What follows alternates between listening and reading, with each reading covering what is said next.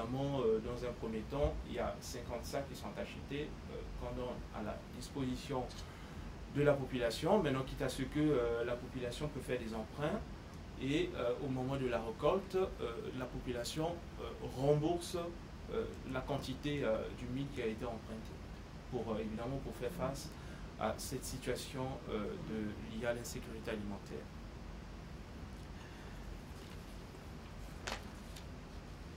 Donc, à l'achat, les céréales offertes directement par les villageois à la banque des céréales sont contrôlées, et lorsqu'elles sont jugées de qualité acceptable, elles sont directement mises en sac par le magasinier sous la surveillance d'un secrétaire qui prend note, qui enregistre qu'est-ce qui rentre et comment se fait la gestion.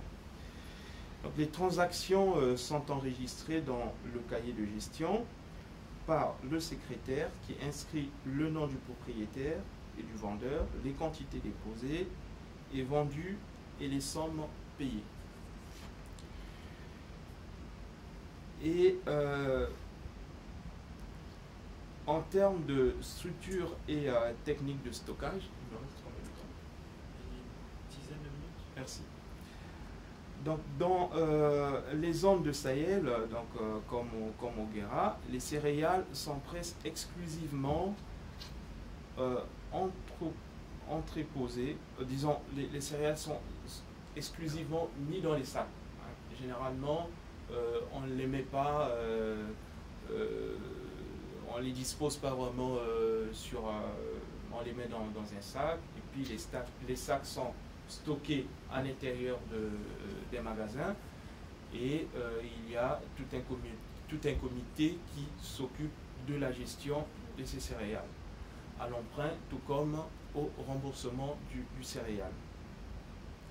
Alors, ce qui est intéressant, c'est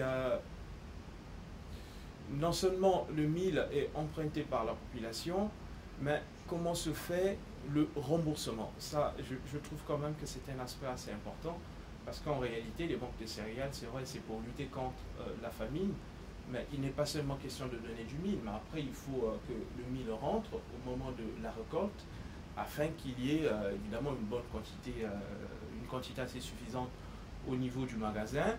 Et à l'année suivante, l'année qui suit, s'il y a d'autres personnes, il y a d'autres familles qui éprouvent des problèmes d'insécurité alimentaire, on peut faire face, parce qu'on a déjà une quantité assez importante au niveau du magasin. Donc le recouvrement de prêts, les prêts accordés aux membres de village pendant la précédente campagne de vente sont également remboursés dans les mois qui suivent immédiatement la récolte. Le crédit proposé par la structure Accra Guéra aux paysans est remboursé individuellement en nature à la fin de la récolte avec un intérêt de 25% pour le sac. Donc, une famille qui emprunte un sac, au moment de la récolte, parce que le mil, non seulement il sert à faire face à la famine, mais en même temps, on peut s'en servir du même mil pour cultiver, pour la culture. Donc, du coup, au moment de la récolte, non seulement la population, donc la famille qui a dû emprunter un ou deux sacs, on rembourse le sac ou les sacs qui ont été empruntés, et pour un sac, il y a 25% d'écart, donc de remboursement. Pour le dire de façon simple, un sac, dans un sac, on a 40 coraux. Les coraux, c'est une sorte de bol. Donc, on a 40 coraux pour un sac, et le remboursement se fait non seulement 40 coraux, mais plus 10 coraux de mil de plus. Donc, les 10 coraux constituent les 25% d'intérêt. Voilà. Et le remboursement qui est fait ne sert pas seulement à la structure Accra Guéra, mais c'est beaucoup plus pour la population, parce qu'après, c'est un mil qui appartient à la population. Alors, je veux vite aller, je vais passer un peu à l'apport des banques de céréales dans la lutte contre la famine au Guéra. L'action réalisée par la structure Accra Guéra a mobilisé et valorisé les ressources locales en vue notamment dans l'amélioration de la sécurité alimentaire des populations rurales, aussi dans la façon de vivre. La région du Guéra est composée à 90% de... Je ne veux pas stéréotyper,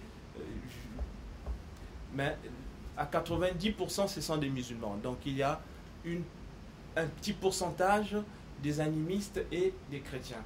Donc du coup, ce petit pourcentage souvent a du mal en termes du vivre ensemble avec les autres. Ils ont du mal quelquefois de demander de l'aide, évidemment parce que il y a un héritage peut-être religieux qui n'est pas le même, mais au moins grâce à la banque de céréales, il y a un vivre ensemble qui s'améliore, il y a des conditions de vie qui s'améliorent et aussi cette lutte déjà de l'insécurité alimentaire qui est réalisée.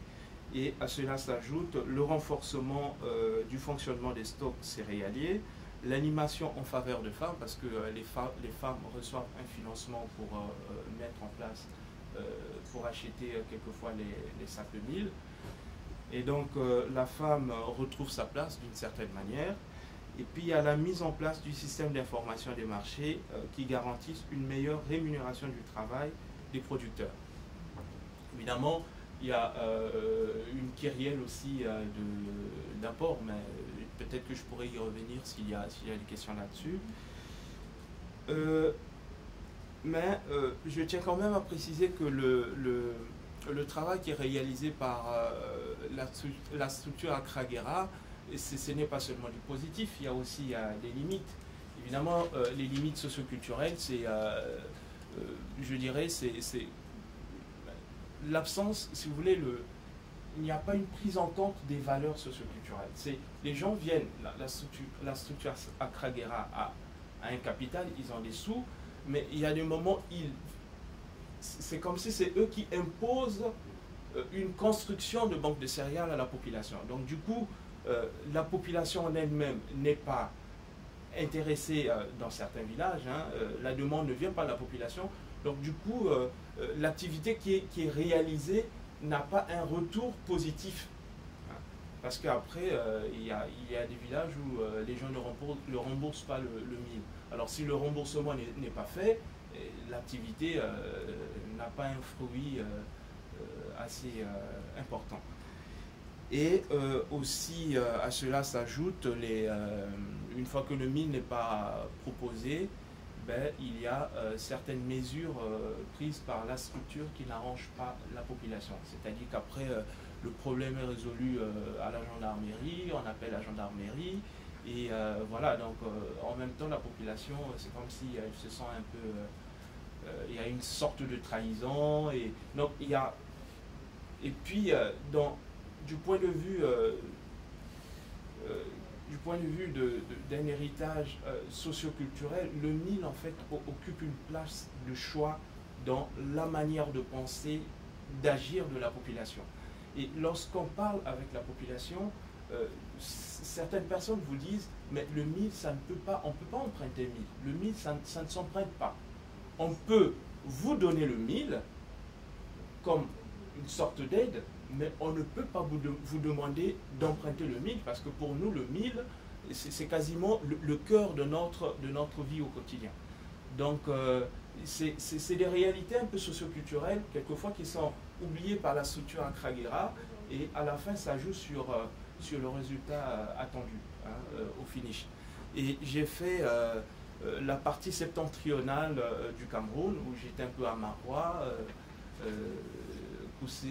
Maroua et puis Garoua, parce que au Cameroun aussi il y a une structure de l'église qui finance des projets de développement, c'est le CDD, merci. c'est le CDD, c'est-à-dire Comité de développement diocésain, et ça c'est à Marois. Et à Marois, je me suis rendu compte qu'en fait, les banques de céréales qui sont mises en place par cette structure, ce n'est pas un emprunt qu'on fait du mil, mais le CDD encourage la population au stockage de mil. C'est-à-dire, au moment de la récolte, les populations ont le mil. Le CDD ne donne pas de l'argent à la population pour s'acheter des sacs de mil. En fin de compte, après, ils doivent emprunter le mil. Mais le CDD aide la population en termes de construction de magasins, des lieux où ils peuvent stocker le mil. Et aussi dans la gestion du mil qui est déjà emprunté. Donc, c'est deux méthodes complètement différentes. Et c'est vrai, au finish, l'objectif c'est le même, c'est lutter contre l'insécurité alimentaire, mais au moins il y a un effort qui est réalisé au Cameroun, mais que je n'ai pas forcément aperçu au Guérin.